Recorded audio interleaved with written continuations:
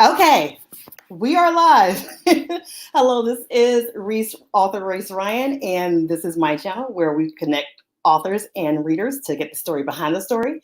And today I'm super excited because we're going to be chatting with the USA Today bestselling Kennedy Ryan is going to be joining us. She is backstage, so I'm going to pop her on right now so we can get the story behind the story of Queen Move. So I'm a huge fan of Kennedy Ryan, as I'm sure many of you are too.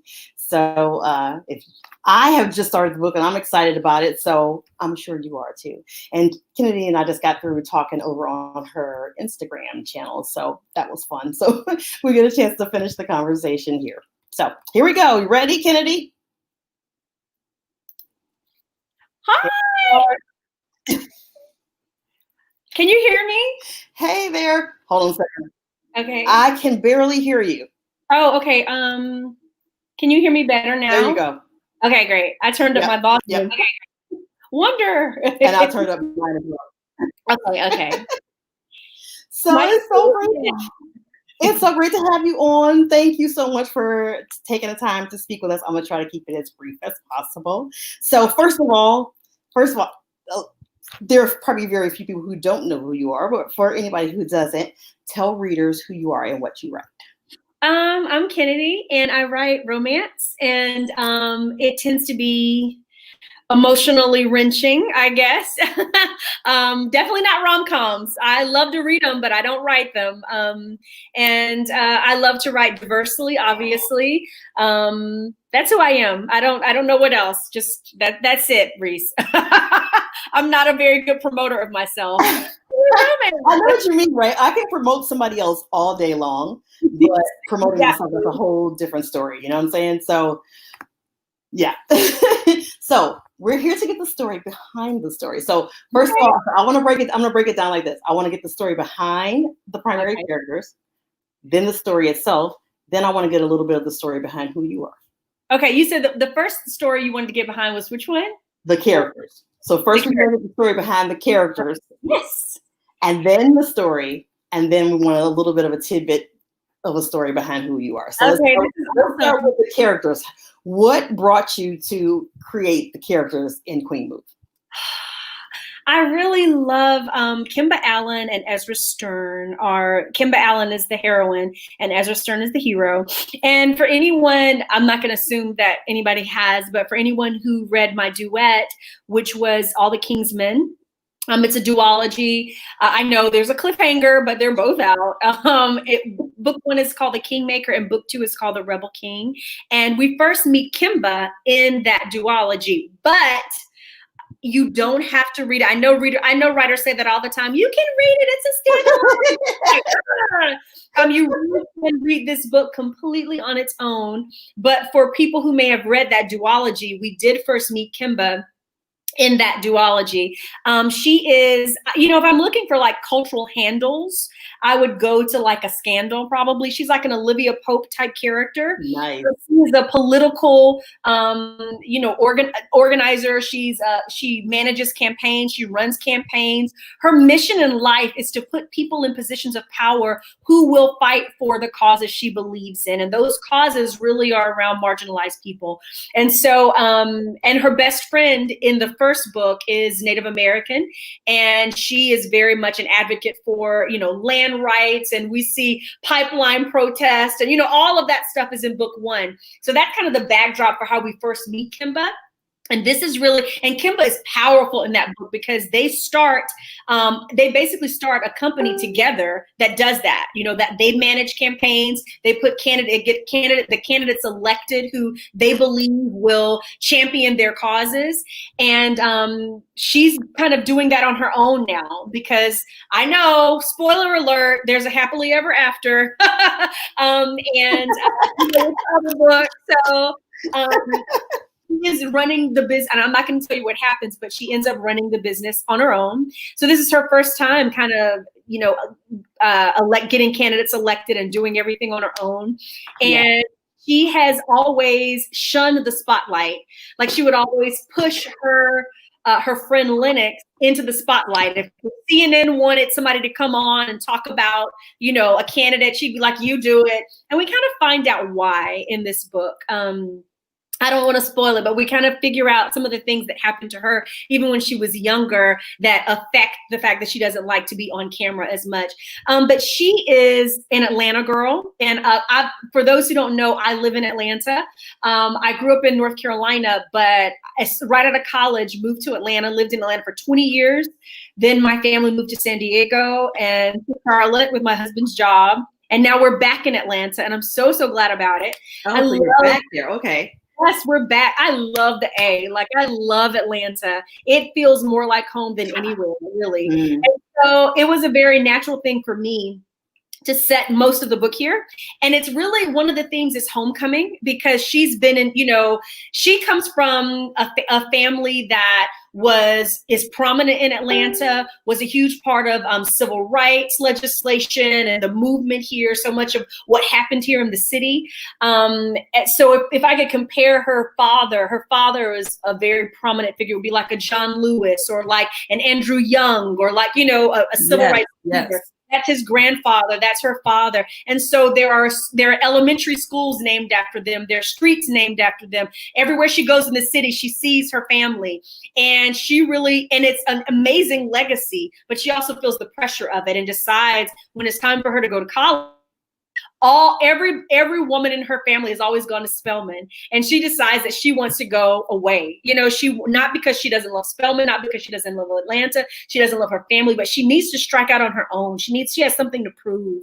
And she sees herself carrying on the legacy of her family in a different way. And so she's away a lot. She's in DC. She's making moves. You know, she's getting governors elected. She's getting senators elected. She's a powerful woman, you know? Yes. And so she's in between campaigns. I told you don't you spoil it for everybody. But I told you I'm an awful spoiler. And I'm like, yeah, and then in chapter 50. Okay, so going back, so you said that, you know, she puts you in the mind of Scandal or whatever. Is that what prompted the creation of the character, Olivia? Was she that character? I am one of these writers who, and this is not everybody, like I don't expect everybody to write from this place, but I have to write from a place of feeling compelled. Like when I try, I'm like, ooh, what if I wrote, you know, a stepbrother romance? Like I would sit down and be like, what? Like I don't know what to do right now. But I have to feel compelled. And right. I know that sounds so artsy, fartsy, so writerly, like, sure you do, chick, just sit down and type. But I mean, you know, I've tried. I took a strengths finder test, and my number one strength is belief. Or it's really close. It changes depending on the year and the weather, but it's always very, very high.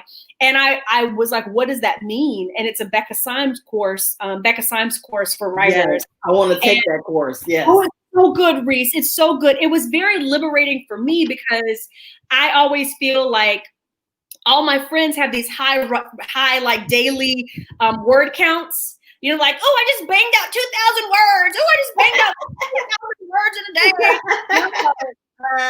You know, so much of my process is research and reading memoirs and doing interviews and, you know, all of this stuff. I'll do that for 60% of my process, and then only 40% is the actual typing. So while everybody else is like stacking up all these word counts, I'm feeling like, where are you, Kennedy? I'm at 0. So I don't even remember why I was telling you that, but okay. Yeah, and that happens to me a lot too, because like I said, I do research a lot, just like we were talking about on your about how all the research I did for Candidly Yours, and I'm a person who I can like I'm writing, and a lot of people will give you the advice to just like put an X there and keep moving when you need to research, and I can't do that. Like even simple stuff like, okay, I need to know what kind of dress is she wearing, you know what I'm saying? Stuff like that. I need to have that in my head when I type, and so I'll get lost on Pinterest, you know what I'm saying? So yes, I totally get that, and so I can have high word count Yeah. this is how I work out, but I can't, I have to be in that right place. I have to know everything first. And I mean, for me, the words don't even start until I feel like I know I'm going to have a 0 word count. Like for the first 3 months of this process, there will be no words. I mean, it's weird because I love words. You and I were talking so much about, poetry and the fact that that's how I started with writing poetry. And it makes its way into my writing a lot, to the point where I will literally write sentences and find rhymes inside of my sentences, and there's and I read them aloud because I like cadence. So when I read and I can tell that from your when I was reading last night, I've read books of yours before, but when I was reading it last night, I was thinking, I was like, I never really noticed that before. And now that you say that you work poetry, that makes absolute sense. I will tweak a sentence to death. Like there are some weeks I will only write 2-3 sentences. Like it'll just kind of bounce around in my head, and that's really all I'll have.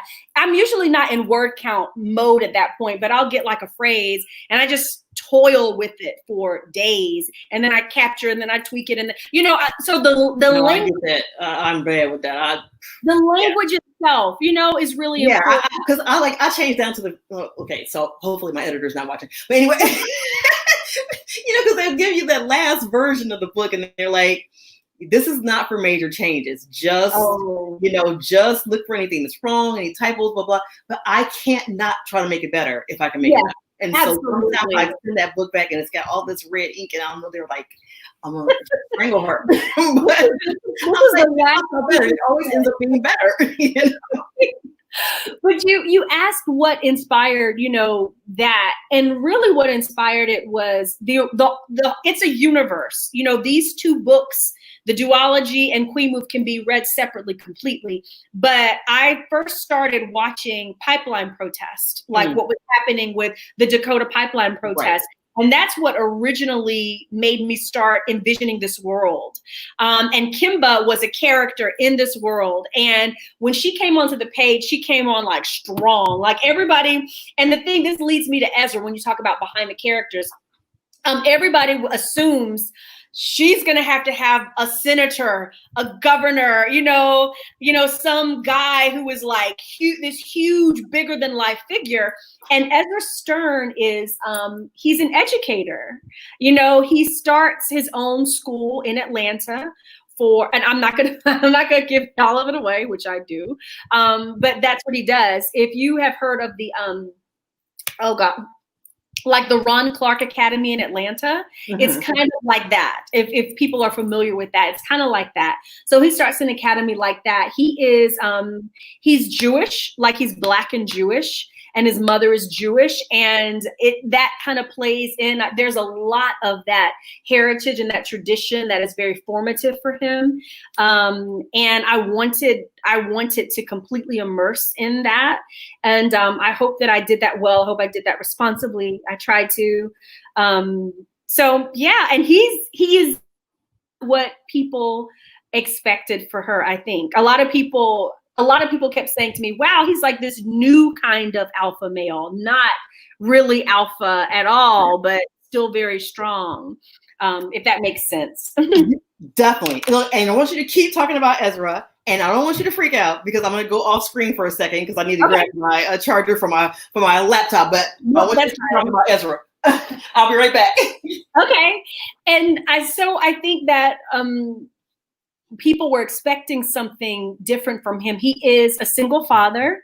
I don't want to give too much away, and that is my tendency. But he's a single dad, and I'm not going to tell you much more about his complicated status, but he's a single father, and I really wanted to show him as a man to whom fatherhood is incredibly important. Are you back, Reese? Okay, you may be back. I can't tell if you're back or not. But I really wanted to show him as someone to whom fatherhood is really important. And I wanted people to see him nurturing. And I think that's something that he does a lot with his son, Noah. So it is a single dad kind of thing. And I don't know. Oh. I didn't want to. I can't tell if Reese is back or not. Yeah, I'm here. Oh, you are okay. Dance, or at least I do. Okay. I just I got a chance to see the little kid already. So okay. In the story, so I'm like super excited about that. And I don't know, it's the weirdest thing. The camera is not syncing up. Oh, okay. With what is happening. Am I talking over her? Like, I don't want to keep talking over her. It's the weirdest thing. I have no idea why the camera is on a delay right now. I have no idea why. So it started speeding up, so maybe it'll catch up to us. Maybe, perhaps it will. I'm gonna actually just switch it right now to just you. Okay. I'm still here, but I'm gonna switch it to just you. Okay. But go ahead. So one of the things too. Okay, so like I said, I started it because I'm crazy on this whole deadlines thing. I started, but it was interesting because you start with this prologue. Yes. 2 years before the present, and then you go back to the parents' story. Yes. And I'm like, okay, so tell me about that whole timing thing. What made you decide to do that? Because I don't think I've ever seen that before. I'm a fan of a good prologue. I am. As a matter of fact, I have a prologue that's it's a long story, but the prologue is pretty long because I wanted to start it where I wanted to start it. Yes. I wanted to start it somewhere else. So that was my compromise. It was the super long prologue. But anyway, so I thought it was very interesting because I just never seen that before. Because normally the prologue is in the past. Yeah. And then you come into the present. And so then you have prologue that's 2 years from the present. And then you go into the past. So tell us about that. So the prologue, and literally if you want to, if you go to Amazon right now, the sample is probably you can read the prologue on the sample on Amazon. Or iBooks, anywhere where they let you see a little bit of the book before you start reading. So it's not super spoilery. The prologue is, and I'm not going to tell it, but the prologue is 2 years before the present. And you have to think about what is that? So if we're in this moment, it's 2 years ago. So that's where the book starts. That's where the prologue starts. And then, like you're saying, after the prologue, it jumps to 1983. And you're like, what the heck? Yeah, I was like, okay. I was like, wait a minute. We go from 2 years ago to 1983. I know. A place far, far away. And not only was it 1983, it's from his mother's point of view. And you're like, what the heck is she doing? And the reason it's in his mother's point of view is because they're babies. Right. They literally meet. The first time they meet, they can't even talk. They're babies. Yeah. And their parents are neighbors, their families are neighbors, and in an Atlanta neighborhood, they grow up across the street from each other. And it's the first time, they're having them over and everybody's playing cards and, eating, and the baby ends up, dirty, and they end up basically giving, how you put two kids in a bathtub. Yeah. And it's like that. That was so cute how you did that. So they end up, these two kids in a bathtub, and the moms connect and they become friends. And then this first part of the book, I don't want to give too much away because that's what I do. But the first part of the book basically takes you through their childhood. And it was very important for me to show, a lot of times with these reunion romances like that's childhood, you just kind of know they grew up together and you don't see it. Right. And it's so tricky in what you show, but I really accelerated it. So we go from them being infants, and then the next chapter is they're 10 years old, and so we kind of encapsulate their childhood because it was really important for me for the reader to actually see the bond that's formed, not me tell them about the bond, but for them to see the bond that's formed between Ezra and Kimba. And then, I'm not going to say what happens, but the majority of the book is happening obviously in the present. And so they are in their late 30s. These are mature characters, which I love writing mature characters. They're they're 37, they're grown folks, and there's a separation, but it's a reunion romance. So Yeah. I don't know. I don't want to say much more, but So do you find yourself at this point gravitating more toward writing mature characters? Because I know that I do. yeah, definitely. I mean, I think that like when I wrote, like when I, even if they are younger characters, generally they're having to grapple with some very mature things. I'm not writing like, you know, high school romances Right. or, you know, why, you know, college romances, NA. It's not really like that. Like with Long Shot, which is a book I wrote a couple of years ago. They're young, you An know. amazing book, by the way. An amazing It's a tough book. You know, it's a really tough book, yeah. and it's got content warnings all over it. But you know, they meet when they meet the night before the NCAA championship. And so he's about to go into the NBA. And so they are, you know, in their early 20s at the beginning, and they age through the book. Yeah. But, you know, there's some very mature, obviously, if you even look up Long Shot, obviously there's domestic abuse that's involved, not with the hero.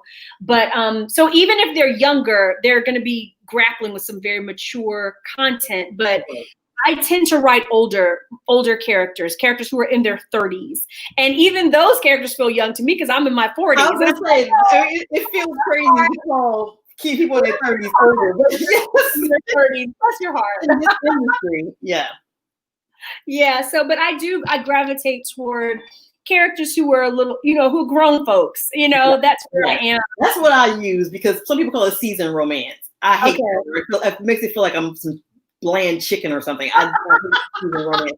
So I call it grown folks romance. And that's when they 20s and not grown. They are. I'm just saying that's a whole nother grown folks kind of meeting. This is definitely a grown folk romance. I mean, they're 37. He has a son. You know, so, and I love single dad. Yeah, me too. I like single dad, and sometimes single dad is like incidental, like he's got a kid somewhere. This is very central, you know. It's like you see him making sure the kid takes his vitamins and, you know, doesn't get more than one dessert. And, you know, I mean, and I really wanted to get into the minutia of fatherhood because I don't think that we see often enough. Ezra is Black and Jewish, so he's biracial, but we don't see Black fathers nurturing enough. You know, that's not something that we're seeing stories enough, that nurturing, that relationship, there's a sweetness to it, you know, and that is very much a part of Ezra's character, and it's really the most important thing in his life, you know, is his son. So yeah, and there we were just talking about that. I'm trying to think. It was in some group. There was a post where it came up, and you know, there's just something that I love about romances that have kids in them, especially like a single father or just a man who just comes to get to know a kid or whatever. That part of, you know, his character that we get to see and what it shows us about his character. Because I love character, period, in stories everywhere. In your Instagram, on your Instagram channel, we talked about different shows and stuff. And all of those shows that I recommended, they have part of what's the huge appeal for those shows for me, in addition to the cases themselves, is the characters. You know, I would dig into those. All about the characters. Yes, I got a Murdoch Mysteries. Frankie, I was gonna make you give them to me later, but Frankie, I can't remember Frankie's last name. Frankie Drake. The Murdoch Mysteries, and Miss Fisher Murder Mysteries. Miss Fisher Murder. Unfortunately, I can just message you and say, give them to me again. Yes. But I'm looking forward to all about the character. And like one of my all-time favorite shows is Elementary, which is a it's a Sherlock Holmes show. And I also like it when they kind of flip character expectations. So instead of you know, Watson being a man, it's Joan Watson, a woman, Lucy Liu's character. I love it. The character development in that show is what's so delicious to me. The cases are great and they're fun and they're different, but it's the character development. So yeah, of course, that's what draws me to books like yours. It's just your characters are so amazing. Oh, thank you. Oh my gosh, thank you. Yeah, I remember when I read the first book of yours, I'm trying to think, was it Grip or Flow? But anyway, when I read it, I was like, she is freaking brilliant. It wasn't just the story itself. It was that, and I'm just going to say this. Okay. She has written a book that has such wide mainstream appeal, and she draws you in, and then you talk about very important matters of race in a way. I don't even know how. In a way that people find non-threatening, but you draw them in, and they're so in, and then you have this really real, authentic conversation. And I was like, she's an effing genius. I'm just like, I was in love right away. That was a novella, and I'm like, I was right away. And then it goes into grip. It's so funny you brought up grip, Reese, because I almost didn't publish it. Like I had written flow. Yes, I had written flow and grip, and I was like, these books will burn my career to the ground. I mean, there's some difficult subject matter, You're talking about, I loved it. We're talking about police brutality. They discuss use of the N-word. These are not things that in romance, it wasn't something that was happening. Right. And then the big elephant in the room of the stigma of this man choosing this white woman, that should be nothing, but sometimes it still is, and so all of those things got discussed. Yeah. I was like, okay, yes. Okay, here we go. I'm like, on the surface, I was like, I was not expecting this. And so you're like, this is a rock star romance. Okay. I loved it. I was an immediate fan, and I'm so okay. I'm like, yeah, I'm gonna follow her anywhere. You're just thank you so much. It's funny. It's also funny that you bring up grip, because I think that's where I found my voice. Do you know what I mean? Yes.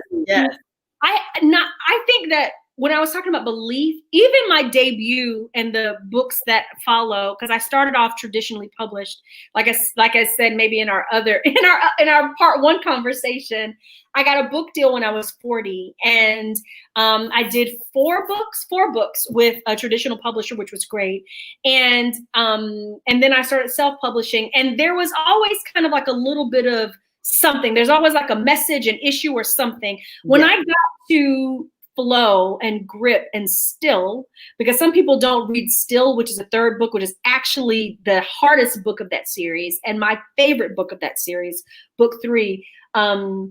When I got to that series, something crystallized for me. Like my voice became clear in my own head, and I was like, this is what I want to do. I want to.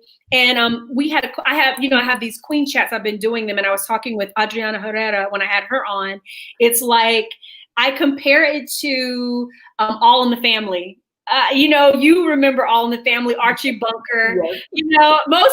A lot of people are not even going to remember Archie Bunker, but it's like you remember Archie Bunker. Yeah, and when George Jefferson moved in next door. Yes. And you're laughing, but they're having these really difficult conversations, and the whole nation is watching and laughing, but then being forced to grapple with the difficult content they presented to them in between laughs. Mm-hmm. But what happens with comedy, and I also saw this, and I mentioned this in my chat with Adriana, even with Will and Grace, when there was a way that we talked about gay people, and before Will and Grace, there was so much humanization that happened with Will and Grace. I love that show. And it opened up conversation. But what comedy has a way of doing, and this, when I watch Dave Chappelle, some of the great he is a satirist. You know what I mean? He is always making you crack up laughing, but he has so much commentary on what's going on the culture, on our society. He lowers your guard and you're laughing, and then you're like, oh, wait a minute. Like, I have to really think about this. Yes. Like the episode where he played a member of the KKK, but he was a blind man. Yes. He didn't know he was that was like his first episode. He came out blazing.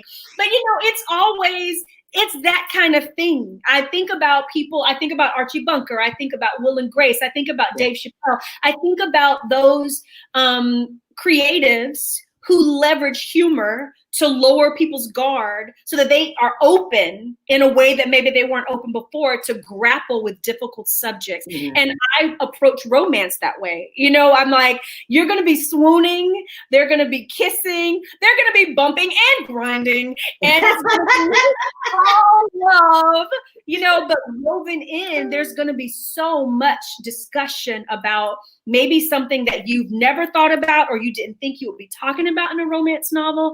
And I think it was in the Grip series that my voice for me, and for me, what I consider a mission crystallized, you know, when I knew this is me, you know, this is my lane. And then I wrote Long Shot after that. And that was center. You know, for me, I saw the football player, Rice. I saw him, you know, beat his girlfriend, drag her out of the elevator. And I knew I'm going to write a book, you know, that addresses this. And ever since, that's just kind of the lane I've been in. It's what I enjoy, those discussions. Eva, oh, thank you so much. Thank you so much, Eva. Yeah. I love these little comments. I can see the little comments. Yeah. Isn't that cool? And I love that. And just, I mean, and for me, I have the same, I guess, approach to it as Shonda Rhimes, you know, where from the very beginning, my kind of rebellion was that like my world is going to be populated by all these people, and then we're going to have these discussions or whatever. And, you know, as opposed to like coming at you head on. You know, I'm going to come through the back door, and we're still going to address some of these issues. So, you know, some stuff gets taken off on the cutting room floor, you know, in trad publishing or whatever. But when I first started writing, that was my model, you know, Shonda Rhimes, because she was having all of these discussions that sometimes you have in clusters. Yes. But she was having them in the mainstream. And that's what I wanted. I wanted to have those discussions with as many people as possible. Do you know what I mean? I wanted everybody at the table having difficult conversations. Right. And so that's, I mean, and one of the things I love, period, about being a writer is being able to present situations to people that are not situations that they've lived or experienced themselves. Yeah. As an opportunity to help people develop empathy. You know what I'm saying? So absolutely. That is the thing I love the most, is being able to show you what somebody else's life is like, so that you can understand that. I mean, because I do understand being a person who life was limited to their neighborhood. You know, that was how I grew up, where, you know, the only time we really went elsewhere was when we went those annual trips to Memphis, Tennessee, for to visit my great aunt in Coldwater, Mississippi. So I get that, having that kind of insular upbringing or whatever, but I mean, we're in the age of the internet, people. Absolutely. You know, read widely, read about other people's experiences, learn what other people are going through, and you really give readers an opportunity to do that. I mean, for instance, you talked about Long Shot, and there are lots of content warnings. So I'll give people content warnings right now about that. As Kennedy mentioned, you know, there's domestic abuse in it. And, you know, that book for me was just like, so like, it gripped me so, because I wasn't personally the victim of it, but my mother was. Yeah. You know, I grew up with that. And so when I was very young, as a matter of fact, it was me who was finally like, look, it's either me or him. And that was my biological father. I'm like, look, it's me or him. I'm out. So, you know, so I mean, but the way you handled it, like, it was, oh my God, it was gut wrenching. It felt like respectful. It was really hard to write. You know, it was very difficult. I tell people I had a bald spot when I finished that book, literally. I get that. I lost here writing books, for real. I get that. You know, it was a journey. And I was so fortunate, so blessed, really, that I, of course, I've talked extensively about it before, but some people, I never assume anybody even knows who I am or they've ever heard me talk about anything. So I'm just going to say, you know, approaching a topic like that, I approached it with reverence, honestly, because it wasn't my lived experience. And honestly, when I first sat down to write Longshot, I realized it was one of the first times I sat down to write and realized I didn't know the story. Because maybe it's my journalism background, but every time I sit down, I realize I have to find the story. I don't always know it. But I sat down to write Longshot and I had the plot in my head. And I realized that I kept bumping up against my biases. Do you know what I mean? About women who are in situations of domestic abuse. I kept running into my biases about them. Why doesn't she just leave? Blah, blah, blah. You know, okay, well, you know, and as I started writing, I realized I can't be deep enough in this woman's point of view, holding these biases against her. Right. And so I closed the laptop and literally people don't realize I started writing Longshot. Some people are talking about Still, which is book 3 of Grip. I started writing Longshot before I started writing Still.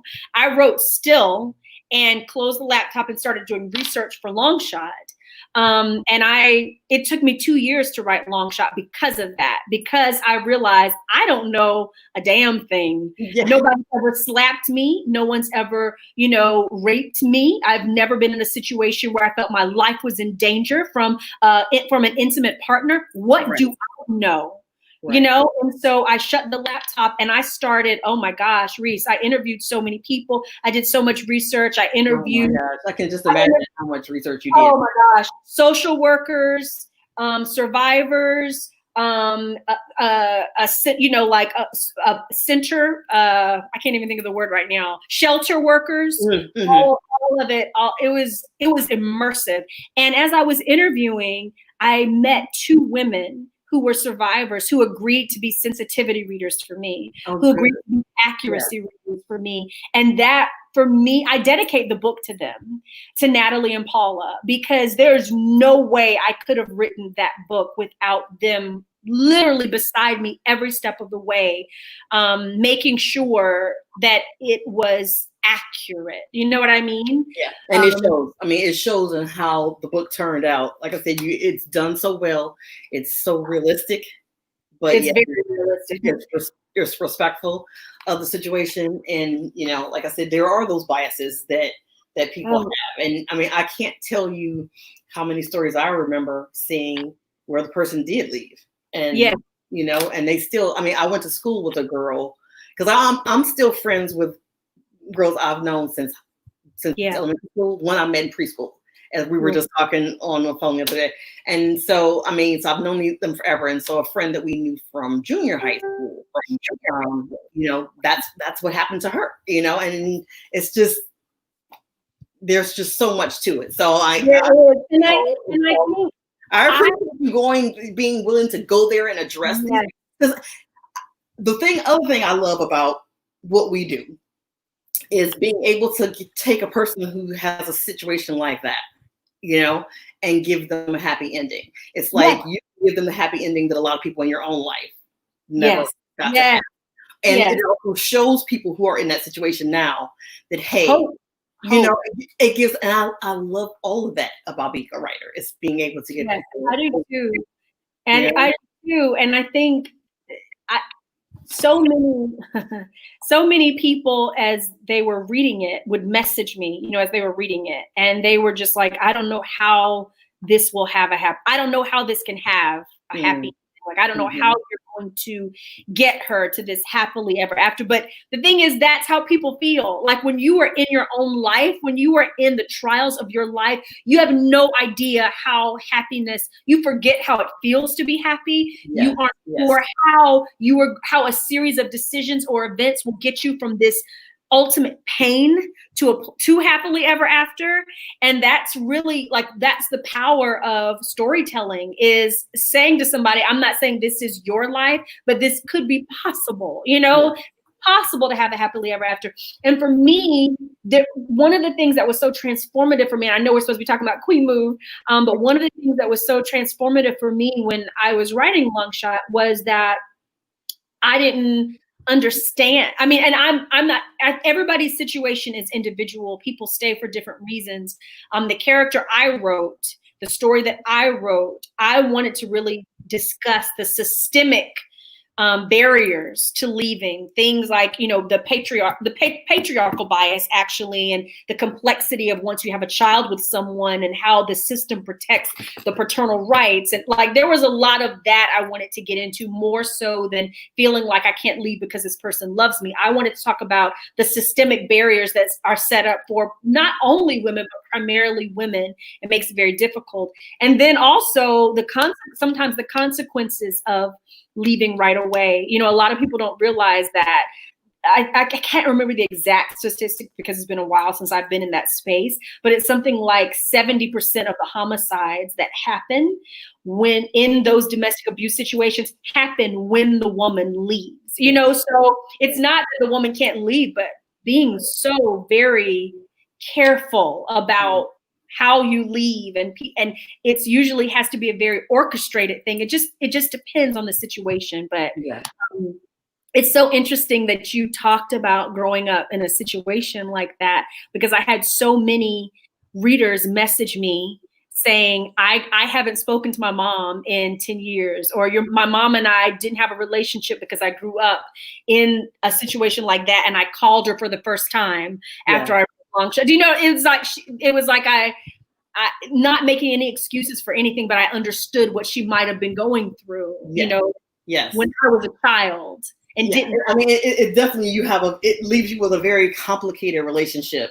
you know. Very. I can imagine. With your parents, for sure. So I totally get all of that. So like all that's relevant in the back of my head for the future story. Who knows? But yeah. You did a great job there. So, back. I know we're going all over the place, and I love that. Grip, long shot. We're all over the place, and I love that. Part of the story behind the story is the story behind the story of Kennedy Ryan. So, so that's great, awesome. So, the whole idea of the story, like you say, it stems from the duet. And so you already know when you wrote the duet that you were going to write this book and what it was going to be about? You know, I didn't. Like, I approached it and I was like, I'm writing this duology. And then when Kimba was on the page, I was like, wow, this is a powerful woman.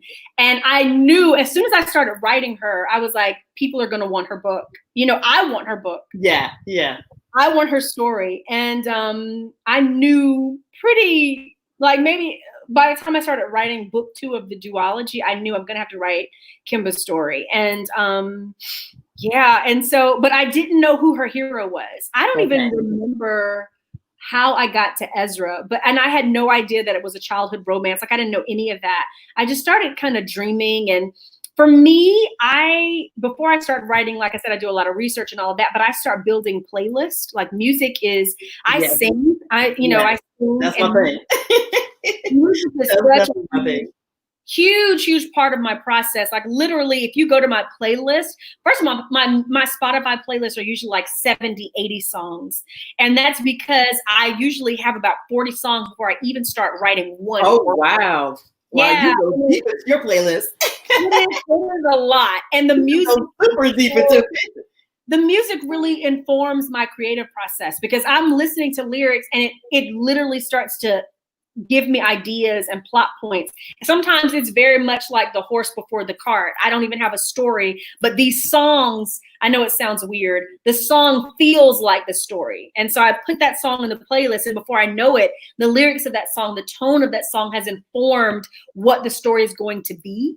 And so that music is very transformative for me. I spend a lot of time when I'm quiet and by myself. First of all, I think that if you're going to be a writer, and especially if you're going to write about some of the things that I'm writing about, which are very you have to, I think, really nurture a rich inner life. Do you know what I mean? Mm-hmm. Like, you have to have something to give. You have to have something to say. So I'm constantly trying to pour something inside of me. And when I'm quiet, I'm just listening to music all the time. Yeah. All the time. I'm a huge music fan. I love music almost as much as I love books. Yeah. And so, I mean, because, I'm a storyteller. I love stories. Yeah. And so I especially love songs, great songwriters, singer-songwriters. And so I just love that whole process of telling a story through a song or whatever. Yeah. Yeah. So usually I do, for every book I usually build a playlist as well. And Yeah. have that available on the website along with all the other information about the book. So yeah, definitely. Oh my God. Do you have your playlist up do you post them? Yeah, I do. It's in the back of the book, I'm pretty sure. I usually put the playlist for each book at the back of the book. Yeah. Okay. And like I said, it's usually like 60, 70, 80 songs. Is it on, you have like somewhere like your website as well? I don't think I have it on my website. That'd be smart. I should do that. I thought maybe like a Spotify list or something like that. Okay. Yeah, I should do that. Yeah. I have like I think I have the Spotify icon on my website, and you could follow me on Spotify. Like if you follow me on Spotify, all my playlists are there. But I haven't been as organized and smart enough to say, hi everybody, here's all my playlists. Yeah. Yeah. I should do that. I'm not very good with promotion. Yeah, I hear you. So it's just like a necessary part of the process. But yeah, well, I am actually, like, when it comes to covers and things like that, I am obsessive, I'm fastidious, and I am a control freak. Like for the All the King's Men duet, there was 2 cover shoots. Like, nice. Wow. Yeah, we did a cover shoot, and I was like, it's not right. And I asked them to get new models, like, oh my gosh, new models. And we did another cover shoot in a different location. And then when I looked at the second set, I was like, you know what? I think I like the first ones. And the photographer was like, oh no. Yes. And Queen Move, we had 2 photo shoots for Queen Move too. Wow. 2 weeks apart. It's like, yeah, I'm really bad about covers. I'm obsessed. But sometimes you have to be that way, to get the perfection that we ended up with, right? So I don't know if it's perfection, but it's exactly what I wanted. It's gorgeous. I love it. I absolutely love it. So, okay, so we talked about behind the characters. We talked about Kimba and Ezra, and we talked about the story. So give us a little bit of the behind the story of Kennedy Ryan. Oh gosh, I feel like I've told you. And you can interpret that any way you would like. Kennedy Ryan. Is there something about you that you wish people knew that they didn't? I love to give people like open-ended space to answer questions like that, because there's always things that you think to yourself, I wish somebody would ask me this. And they don't. I like to just give people space to just talk about whatever it is that they would like to see out there about themselves. I don't know what I would have someone ask me, or that, someone hasn't asked me, but I think that the thing I want people to know is that kind of what I've already told you, which is that I write from a place of mission. You know what I mean? Like anytime you read a book written by Kennedy Ryan, and I'm talking about myself in the third person. So that's okay, Queen. Anytime you read a book by me, that it's something I felt, like I said, compelled to talk about. It's not something that I undertook lightly. And that I believe the things that shape me are things like Nina Simone, who says, an artist's duty is to reflect the times. Yes. I love that saying. Yes, I love that. That's how I approach art. And Ava DuVernay, who says that art and activism have the same roots because both believe in better possibilities. Oh, yeah. Who said that one? Ava DuVernay. Oh, did she? Oh, I love that. I love that. She's a goddess. I need to write that down and put that on the wall. And I quoted it, but basically what she said was, art and act. And I say this like literally every time I'm on a screen, I'm screaming it, that art and activism have the same root, and that they both grow from this place of just believing in better possibilities. And that's what I write about. You know, there is a thread of activism that runs through everything I write. And I don't want to be soapboxy. I don't want to be preachy. But as much as I put into it, I want it to matter to me. And I want it to matter to other people. And we were talking about the Becca Symes course. About Becca Symes' course, which is so good for writers. And she really liberated me, because when she looked at my profile, like my strengths, she was like, well, you have an unusual profile for a writer, because what's really high for you is belief. And she was like, most of the time when I'm working with writers, belief is not their highest strength. And I was like, what does that mean? You know, what do you mean? What's the significance of it? And she said, every time you sit down to write a book, you want to change the world. You sit down to write a book, you want to change something that's in the world.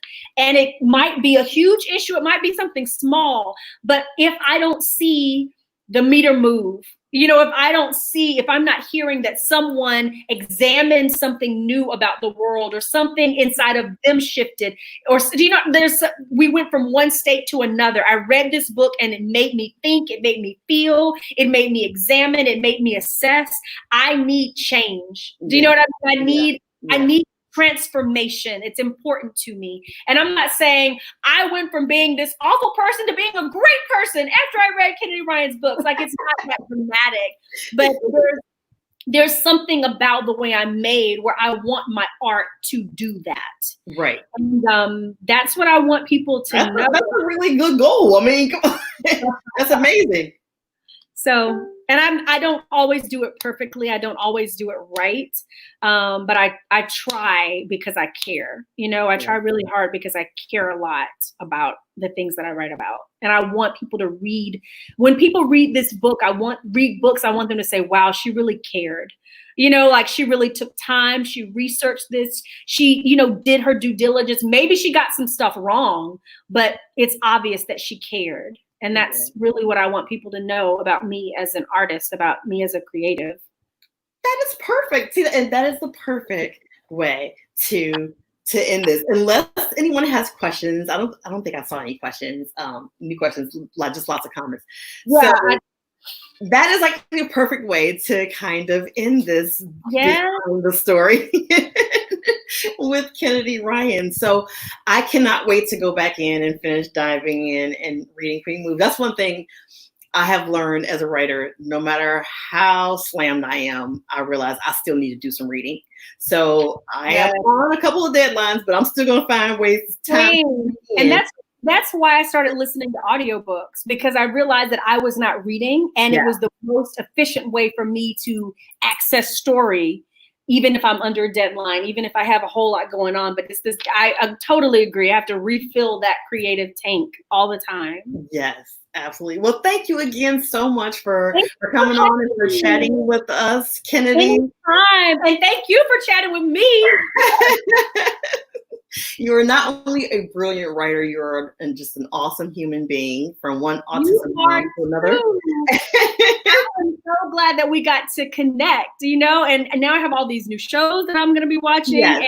And I'm really, really excited. I'm really, really excited about it. Thank you for having me. Thank you so much. Thank you for being with me. And so you take care. And so tell people again where they can connect with you, Kennedy, where they come for you on social media and your website and all that. Yep. My website is KennedyRyanWrites.com, and I'm on Twitter, Kennedy Ryan. I'm on Instagram. I think it's Kennedy Ryan 1, because Kennedy Ryan was probably taken. Kennedy Ryan. On Facebook, you know, I have a Facebook group. All over. If you search Kennedy Ryan, you'll find me. I'm on Spotify, all those long playlists that I was talking about. I'm out there. Awesome. So definitely, you know, most of you already probably know Kennedy and have read her stuff, but whatever you haven't read, like, I'm still working my way through some of the lists, but everything I have that I've read has just been absolutely fantastic. So I can't wait to finish Queen Move, and I can't wait to see what you come up with next, which is a great question. What is next for Kennedy Ryan? I'm so scared to talk about it. Uh-oh. Are we getting an exclusive? I guess you are. It's really, Really ambitious. I thought that the All the King's Men duet, it was the most ambitious thing I ever wrote, because it was Antarctica and it was pipelines and the scope of it. It was like 30 years. The scope of that duet was just intimidating, and I had to learn so much about Native American traditions, and then I had to learn about climate change, and then it was taking place in Amsterdam. It's the kind of thing you have to do to get it right. Oh my gosh. And then there was all the politics. So, I mean, literally there was like 5 months of just solid research, no writing. And I was like, this is going to break me. But I think that the book that I'm about to start is in some ways more ambitious than that. It's a Hollywood story. I keep telling people it's a Hollywood story, but it's a Hollywood story the way I would tell a Hollywood story. Ooh. So it's not all glitz and glamour and Hollywood. It's a little darker than that probably, and it has, of course, everything I write has social justice running through it, threaded through it. So you're going to see that a lot. But that's all I can say right now. I don't even know the title. You heard it first. You heard it here first. You broke it. Breaking news. Okay, awesome. Thank you again, Kennedy, and thank you to everyone who came and hung out with us now, and everyone who's going to listen to it in the replay. So check out Kennedy on Facebook and Instagram and Twitter, and we'll see you next time. Next time, I think that next time I can tell you that it's going to be Farrah Rashawn is going to be joining us. Maybe next week. So, yeah. We're going to talk about the boyfriend project. Yes. I'm looking forward to reading. I love seeing it everywhere. I actually have an arc of it, and I started it, and it's so good. I'm so excited for her. She deserves everything that she's getting. Everything. Awesome. Well, you have a good time and I know you just moved to Atlanta, so you probably still unpacking. Oh, everywhere. yeah. So you unpack and enjoy your weekend, and have a good weekend, everyone who joined us. And thank you, everyone, for listening. Take care. Bye.